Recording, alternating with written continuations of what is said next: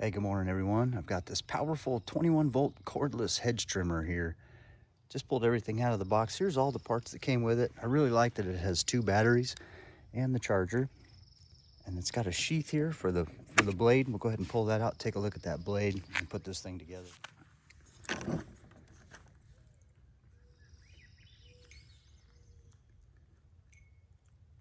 All right, step 1 is to take this piece here, slide it right down in these grooves there. Turn it on the side, and you can see there's a fasteners that go in that side. Go ahead and take this one, slide it right in there. Then it gets tightened with this right here. All right, and same thing for this side. That goes right in there. Tighten it all the way down with this thing. Now this piece here just slides right on this there. Now these screws right here are gonna go right in the side right there. There's the screw right there.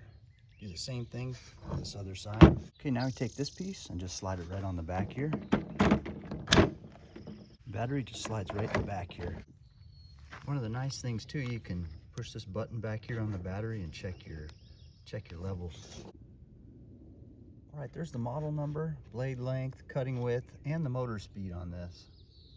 Operating this thing's really easy. Just press this button either way, this one or that way.